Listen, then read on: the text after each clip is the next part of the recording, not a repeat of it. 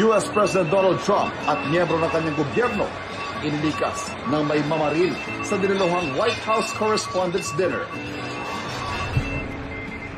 At sa Maguindanao del Norte, mga itik nagpa-traffic.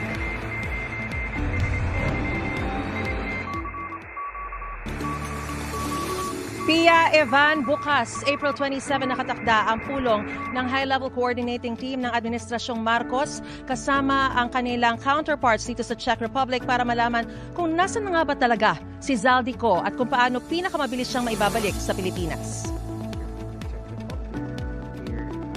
Limitado ang impormasyon na kukuha ng ating mga opisyal sa estado ni dating Congressman Zaldico sa Czech Republic.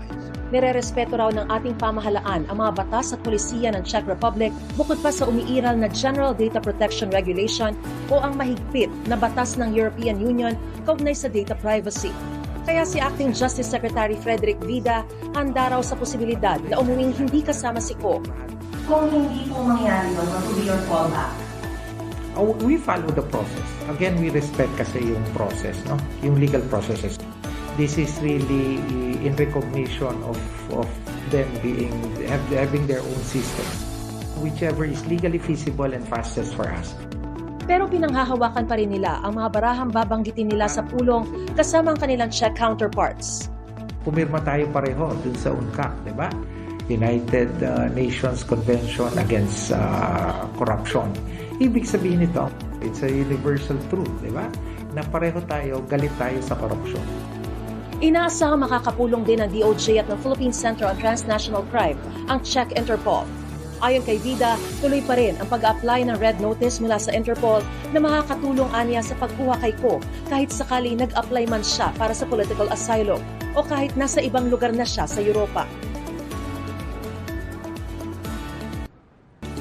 Pia Evan, oras na matapos ang pulong ng ating administrasyon kasama ang Czech counterparts nila. Pagsisiguro ni Secretary Vida ay magbibigay siya ng update kaugnay kay Awang magkakasunod na putok ng baril sa gitna ng White House Correspondents' Dinner, gabi ng Sabado sa Amerika, umaga rito sa Pilipinas. Agad inilikas ni US President Donald Trump, First Lady Melania Trump at iba pang miyembro ng gabinete na dumalo sa dinner. Sa inilabas na CCTV, makikitang tumatakbo ang isang armadong lalaki. Nilagpasan at hinabol siya ng Secret Service. Malapit ang binaril ng sospek ang isang Secret Service agent. Ayon mismo kay Trump, in good shape ang agent at nakaligtas dahil sa kanyang bulletproof vest.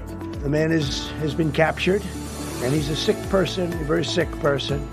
Batay sa pagsisiyasat, isa siyang guro sa California. Ayon kay Trump, lumalabas na lone wolf ang sospek. Inaalam pa ang motibo niya at kung paano niya naipuslit ang mga baril sa hotel kung saan ginaganap ang event. Pumapalag ngayon ang asawa ni Vice President Sara Duterte ni si Attorney Manasseh Carpio matapos isiwalat sa impeachment hearing noong April 22 na mahigit 6 na bilyong piso ang mga transaksyong dumaan sa bank accounts nilang mag-asawa. Sabi ng Anti-Money Laundering Council, kaduda-duda o masyado yang malaki.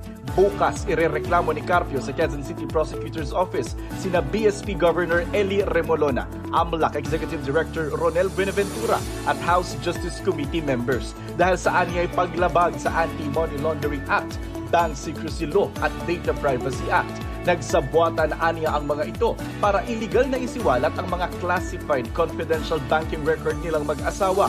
Absolute at walang exception aniya ang pagbabawal sa paglalabas ng bank records na nakuha ng AMLAC.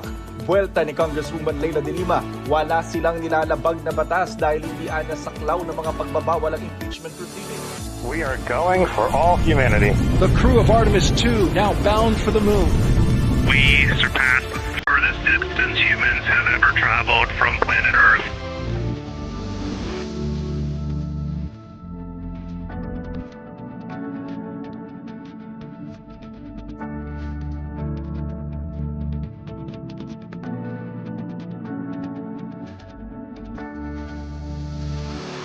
We are Nagkalat ang sandamakmak na dikya sa dalampasigan ng Pagudpud, Ilocos Norte. Ayon sa mga residente ng Barangay Pasale, ngayon lang sila nakakita ng ganito karaming dikya. Hinala nila na ano daw mga ito. Sa Cagayan naman, isang butanding ang napadpad sa baybayin ng Gonzaga. Gumamit ang mga residente ng bangka para maibalik ang butanding sa dagat. Huwag kang titingin star na si Sofia Pablo kasamang nakipagtakutan with fans sa special block screening ng kanyang pelikula. Super thankful na patuloy na may mga sumusuporta sa Huwag Kang Titingin. And ngayon, block screening with the supporters. Closet party ni Heart Evangelista, dinagsa ng mga kaibigan at fans, isa sa mga inabangan ng designer items na ibinenta ni Heart.